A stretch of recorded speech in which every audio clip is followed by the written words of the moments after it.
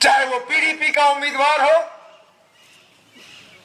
चाहे वो अपनी पार्टी का उम्मीदवार हो, चाहे वो प्रेशर कुकर वाला हो, चाहे वो आजाद उम्मीदवार हो, हर किसी का निशाना अगर कोई है नेशनल कॉन्फ्रेंस, उमर अब्दुल्ला, आगा महमूद साहब, और कोई नहीं।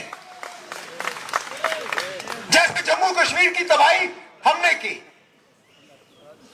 तबाही करने वाले ये कमल के फूल वाले और निशाना हम, क्योंकि इन कमल के फूल वालों का मुकाबला ही सिर्फ हम कर रहे हैं। पूछिए उन कलम दवात वालों से। जम्मू कश्मीर में आज एक इलेक्शन नहीं, 2 इलेक्शन हैं, एक बड़गाम में, एक नगरोटा में। जब पीडीपी का उम्मीदवार आपके पास आए, उनसे जरा पूछिए ना, नगरोटा में आपके उम्मीदवार का नाम क्या है। जब ये पीसी वाले, जब ये बैट वाले, जब ये प्रेशर कुकर वाले, जब ये दूसरे आते हैं वोट मांगने, उनसे कहो ठीक है ना, हम बड़गाम में आपको वोट देने के लिए तैयार हैं, जरा नगरोटा में अपने उम्मीदवार का नाम बताओ, हम आपको वोट आपके हवाले कर देंगे। इनमें से एक जमात ने भी बीजेपी के खिलाफ वहां अपना उम्मीदवार मैदान में नहीं उतारा है, नहीं उतारा है। हमें इस बात की सजा दी जा रही है कि हमने बीजेपी को हुकूमत में आने नहीं दिया।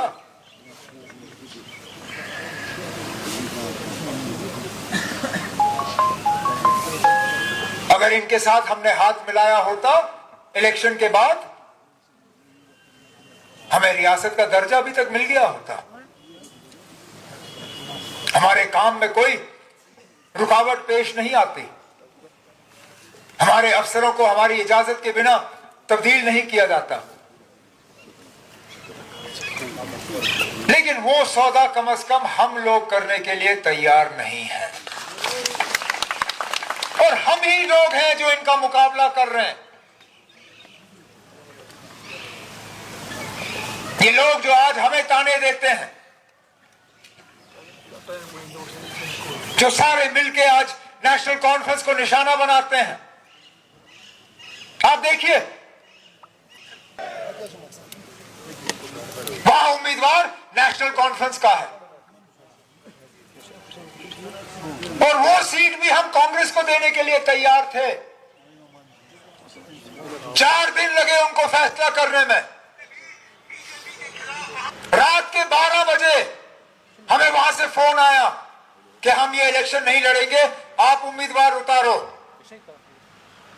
उस दिन 3 बजे नॉमिनेशन का सिलसिला बंद हो जाना था।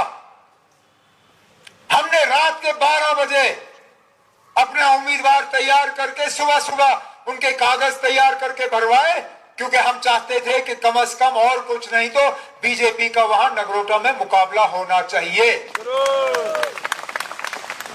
और ये लोग हमें ताने दें, इन्हीं लोगों की तो मिली भगत चल रही है। पता नहीं चलता सुबह किसके साथ है, शाम को किसके साथ है। खोलिए अपने फोन, देखिए वो रील।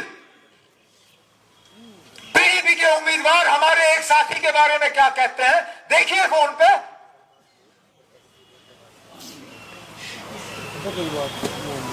और फिर उम्मीद करते हैं कि अंदर अंदर से कोई खिचड़ी पकेगी। ये धोखे की सियासत हम नहीं जानते ना। हम जो हैं सो हैं, सही गलत इसका फैसला हम लोगों पे छोड़ते हैं। ये सही है कि बड़गाम के लोगों ने मुझे एमएलए के तौर पे चुना, इसलिए नहीं कि आपको मेरा चेहरा पसंद था, इसलिए कि आप चाहते थे कि कम से कम बड़गाम में कुछ काम हो, लोगों को थोड़ा फायदा पहुंचे, कम से कम हुकूमत का असर रसूख यहां तक पहुंच जाए। लेकिन यह भी हकीकत है कि कानून ने मुझे इजाजत नहीं दी कि मैं 2 जगहों से एमएलए बन के रहूं।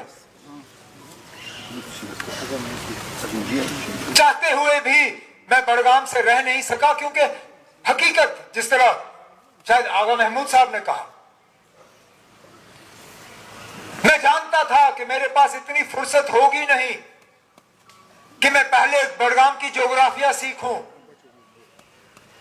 बड़गाम में अपने वर्करों के नाम सीखूं, हम एक दूसरे को जानना शुरू करें। तब तक तो 2.5-3 साल निकल गए होते। बेशक मैं एमएलए नहीं रहा, लेकिन मैंने तब भी बड़गाम के लोगों की कम से कम इस 1 साल खिदमत की। जितना मैंने पैसा गांधरबल पे लगाया, उतना पैसा मैंने बड़गाम पे लगाया, यह हकीकत है। और मैं जिले की बात नहीं कर रहा हूं, मैं असेंबली हलके की बात कर रहा हूं। सिर्फ बड़गाम असेंबली हलके में हमने कम से कम 110 करोड़ के नए काम जो है उठाए हैं सिर्फ 1 साल में। उनमें सड़क, ड्रेनेज, वाटर सप्लाई स्कीम, अस्पताल के लिए सीटी स्कैन, प्लेग्राउंड 5 नए, सोलर लाइटें, बिजली के ट्रांसफार्मर, तारें, जहां जहां आपका मैं कह रहा हूं, यही मुकाबला आप नगरोटा के साथ करो। बीजेपी वालों ने तो उस सीट को नजरअंदाज ही किया। 1 साल में वजीर आला रहा, एक भी वहां बीजेपी का कोई साथी मेरे पास नगरोटा की बात करने नहीं आया। उनका भी एमएलए नहीं था, किसी ने उनके बारे में पूछा नहीं। आपका एमएलए नहीं था, मैंने अपने तमाम मिनिस्टरों को यहां भेजा, अपने एडवाइजर को भेजा। मैंने कहा जो भी बड़गाम के लोगों को चाहिए उस पर दस्तखत करो और यहां के लोगों के हवाले करो। और आगे भी आप मान के चलो, जहां आगा महमूद साहब इंशाल्लाह आपके वोटों के जरिए जीत के यहां से जाएंगे,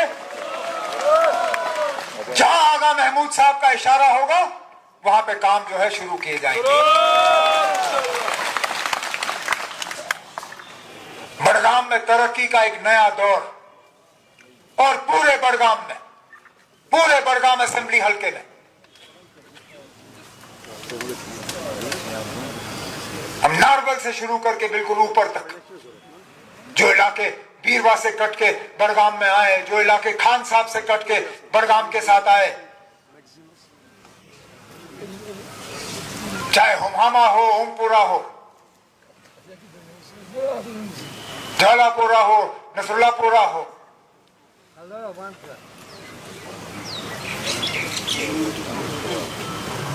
जहां पे भी, क्योंकि हम आए इसलिए। नासिर ने कामों की लिस्ट गिनवाई यहां पे, ये तो सिर्फ ऊपर का था। और कल से मैं कहता रहा,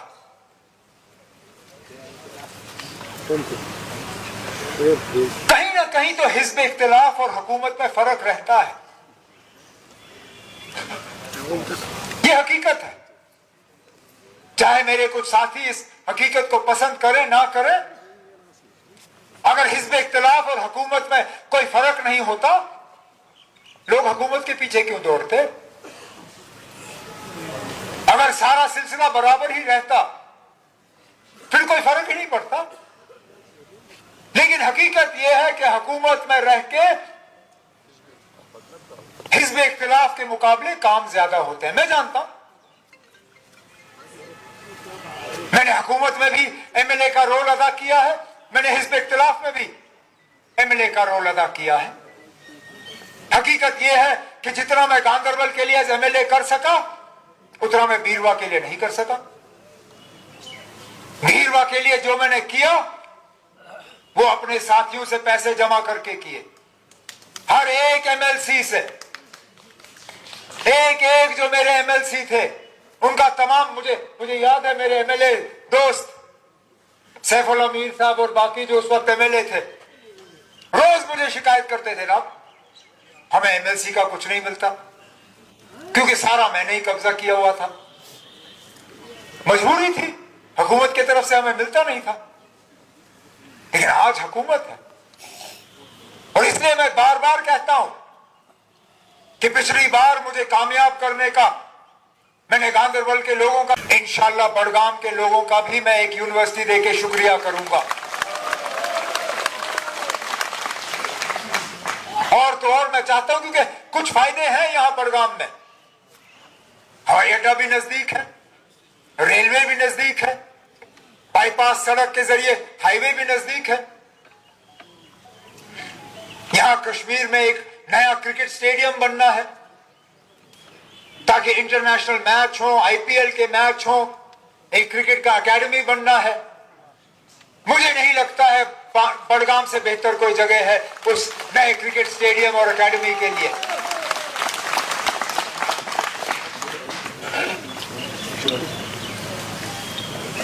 और इंशाल्लाह हम ये चीजें जिस तरह हमने बाकी, मैंने जैसे कहा, बुनियाद डाली, इसी तरह हम करते रहेंगे। हमें ताने दिए जाते हैं, आपने क्या किया। हमने कब कहा कि हमने अपने सारे वादे पूरे किए? लेकिन कौन कह सकता है हमने कुछ नहीं किया? अपनी बेटियों के लिए, बहनों के लिए मुफ्त बस सवारी, चाहे वो बड़गाम से श्रीनगर जाना चाहे, बड़गाम से काजीगुंड जाना चाहे, बड़गाम से उड़ी जाना चाहे या बड़गाम से दिल्ली जाना चाहे, सरकारी बस में सवारी मुफ्त। लगभग 15 साल के बाद सोशल वेलफेयर स्कीमों में इजाफा हुआ। Old age pension, window pension, handicap के लिए, जो हम अपनी गरीब बहनों के लिए शादी का वो असिस्टेंस देते हैं, 16 साल के बाद उसमें इजाफा हुआ। कानून के तहत उनको 8वीं पास होना चाहिए था उस फंड का इस्तेमाल करने के लिए, हमने वो तक हटा दिया ताकि अगर वो 8वीं पास भी ना हो तब भी उनको ये शादी का पैसा मिल जाता है।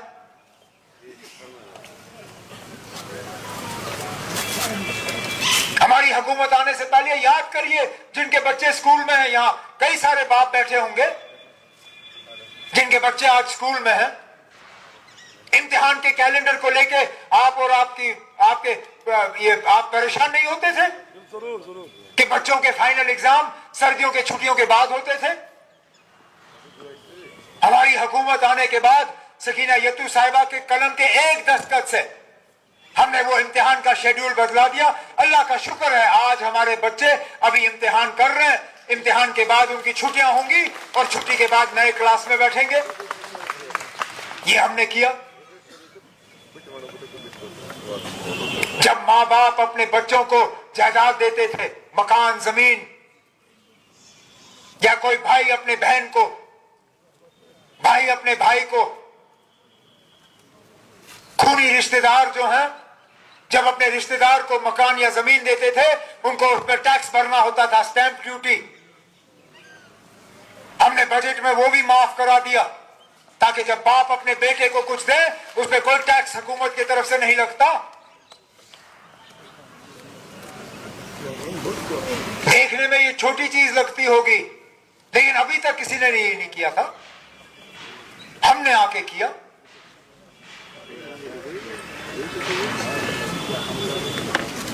इसी चीज पे तो हमारे मुखालिफ फिर परेशान होते हैं, फिर तरह तरह के नारे हमारे खिलाफ इस्तेमाल होते। लेकिन मैं जानता हूं आप लोग इन चीजों से बह नहीं जाओगे। सोच समझ के अपने वोटों का इस्तेमाल कर लो, क्योंकि देखिए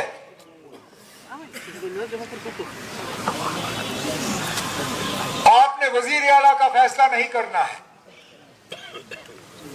वजीर आला का फैसला 1 साल पहले हो गया है। बड़गाम के वोट से हुकूमत बनेगी नहीं, हुकूमत गिरेगी नहीं, लेकिन बड़गाम के वोट से बड़गाम के लोगों का मुस्तकबिल कैसे होगा वो तय होगा। और ऐसा भी नहीं है कि हमारी हुकूमत को बस 2-4 महीने रह गए, 4 साल और हैं। क्या ये 4 साल आप लोग गंवाना चाहते हो? नहीं। अगर नहीं तो उसका इलाज आपके हाथ में है। आपने सिर्फ 11 तारीख को सुबह सवेरे बिस्मिल्लाह करके पोलिंग बूथ में जाना है, मशीन की तरफ देखना है, वहां पे दूसरे नंबर पे बटन होगा, बटन के पास यही हल का निशान होगा, वहां आगा सैयद महमूद साहब का नाम लिखा होगा। ना उससे ऊपर देखना है ना नीचे देखना है, बिस्मिल्लाह करो, बटन पे उंगली दबाओ, टी आवाज निकलेगी। और अगले 4 साल क्योंकि मैं आज भी अपने आप को आपका एमएलए समझता हूं, आपका एक एमएलए नहीं होगा, बाकी जगहों पे बेशक एक एमएलए है, बड़गाम असेंबली हलके में आपके 2 एमएलए होंगे। ये मौका है, वो कहते हैं ना, बाय 1 गेट 1 फ्री, एक खरीदो एक मुफ्त में ले लो। ये सौदे बड़े अच्छे लगते हैं हमें। मैं भी जब दुकान जाता हूं कोई चीज खरीदने, जब मैं दुकानदार से पूछता हूँ यार ये सर्फ का पैकेट मुझे चाहिए लेकिन इसके साथ मुफ्त क्या, वो कहते हैं ना ये साबुन की टिक्की ये मुफ्त। मैं कहता हूँ चलो यही वाला दे दो। ये बाय 1 गेट 1 फ्री ये और किसी उम्मीदवार में नहीं है, बाकी उम्मीदवार अकेले। एक आगा महमूद साहब हैं, पूरी काबिना, एमएलए की फौज और एक वजीर आला, सब इनके साथ। तो बड़गाम के बेहतर मुस्तकबिल के लिए, बड़गाम के बेहतर मुस्तकबिल के लिए, हमारे नौजवानों के रोजगार के लिए, यहाँ की तरक्की के लिए, एक बड़गाम को मॉडल असेंबली हल्का बनाने के लिए आप लोग 11 तारीख को आगा महमूद साहब को यहाँ से कामयाब करके हमारे पास असेंबली में भेज दीजिए, इस उम्मीद के साथ कि आगा महमूद साहब का एक एक वोट। और मैं बस आखिर में 1 सेकंड, आखिर में अपने तमाम साथियों को देखिए ना, बैठो 1 सेकंड, बैठो 1 सेकंड। 5 बजे शाम को ये याद रखिए, 5 बजे शाम तक कोई जीता हुआ नहीं होता, कोई वोट डालने से पहले इलेक्शन नहीं जीतता। हमें इस गलतफहमी में नहीं रहना चाहिए कि इस इलेक्शन का नतीजा हो गया है। ये 2 दिन रह गए हमें, कल का दिन और परसों का। हमारे मुखालिफ जो हैं वो बड़े शातिर हैं, वो तरह तरह के हरबे इस्तेमाल करेंगे। हमें जगह जगह पहुंच के अपनी बात जो है वोटरों तक पहुंचानी होगी, और न सिर्फ अपनी बात। कैंपेन हुआ एक, हमें वोटरों को वोटिंग बूथ तक पहुंचाना है ताकि एक एक वोट बड़गाम का आगा महमूद साहब के हक में हो, और भारी अक्सरियत से इंशाल्लाह 14 तारीख को इनकी कामयाबी होगी। इन्हीं अल्फाजों के साथ बहुत बहुत शुक्रिया।